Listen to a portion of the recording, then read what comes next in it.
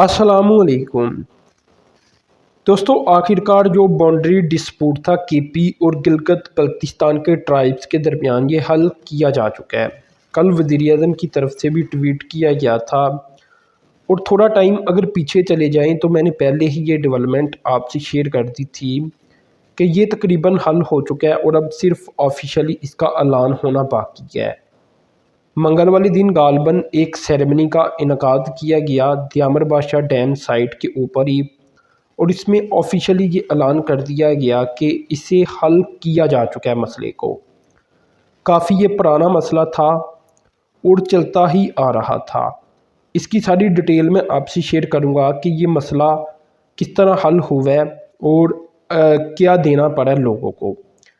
खैर, यहाँ मैं आपको बता दूं कि इसके हल के लिए एक ग्रैंड जिरगा बनाया गया था जो कि कोहिस्तान और दयामर के ये जो लोग हैं, एडमिनिस्ट्रेशन है, इनके ऊपर मुश्तमिल था। और ये बाउंड्री डिस्प्यूट था थोर कबीले और हर्बन ट्राइब्स के दरमियान, यानी कबीले के दरमियान।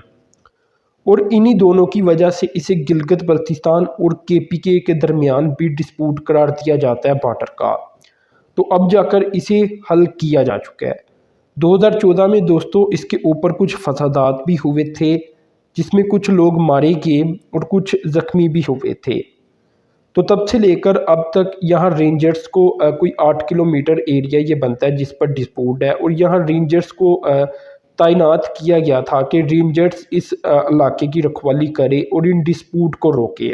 यहाँ दोस्तों मैं आपको बता दूं कि ये settlement water and power development authority वापटा की वजह से की गई है। इन्होंने मेजर रोल प्ले किया है और अब बताया जा रहा है कि जो दयामर बादशाह डैम प्रोजेक्ट है ये तेज़ी के साथ कंप्लीट किया जा सकेगा। यहाँ मैं आपको बता दूं कि प्री पार्टीशन से ये इशू चला आ रहा है, तो अंदाज़ा लगा लें कि कितना पुराना ये इशू था। मुख्तलिफ इसके ऊपर जुडिशियल कमीशन बनाए गए और इसी तरह हाई पावर्ड कमेटीज़ भी बनी, लेकिन आज तक ये मसला हल नहीं हो सका था। लेकिन आखिरकार 2019 में एक ग्रैंड नेशनल जिरगा बनाया गया जिसमें मुख्तलिफ लोगों के अलावा वापटा और बाकी डिपार्टमेंट के लोग भी शामिल थे। ये दोस्तों कोई 26 मेंबर जिरगा था और इसमें कोई दोनों जो कबाइल हैं हर्बन और थोर, इनके 13 मेंबर शामिल किए गए थे। यानी कोई 13 आप इस तरह कह सकते हैं कि दयामर डिस्ट्रिक्ट के थे और 13 कोहिस्तान डिस्ट्रिक्ट के थे। इसी तरह दोस्तों जो ट्राइबल एल्डर्स हैं, बड़े लोग हैं इस ट्राइबल एरिया में रहने वाले, उन्हें भी शामिल किया गया था, और जो रिलीजियस स्कॉलर हैं उन्हें भी शामिल किया गया था। और दोस्तों जो डिसीजन लिए गए इसके मुताबिक जिरगा में चेक भी तकसीम किए गए और 400 मिलियन रुपीस के चेक ओवरऑल प्रेजेंट किए गए इस सेरेमनी के दौरान, जिसमें जो ज़मीन हासिल की जाएगी और जो अफेक्टेड होंगे उन्हें ये पैसा दिया गया। इसी तरह जो कंपनसेशन थी ये 5 मिलियन रुपीस की इन लोगों के दरमियान की गई, यानी उन फैमिलीज़ को दी गई जो कि 2014 में मारे गए थे फसादात के दौरान।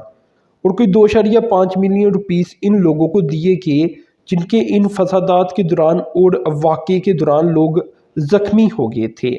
तो इस तरह दोस्तों ये एक पैसे के ज़रिए भी मसला हल किया जा चुका है।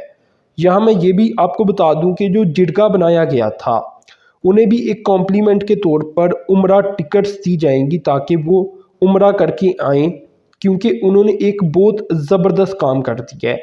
ये काम की बड़ी ज़रूरत थी। और इसमें सिविल एडमिनिस्ट्रेशन गिलगित बल्तिस्तान और केपीके की जो सिविल एडमिनिस्ट्रेशन है वो भी शामिल है।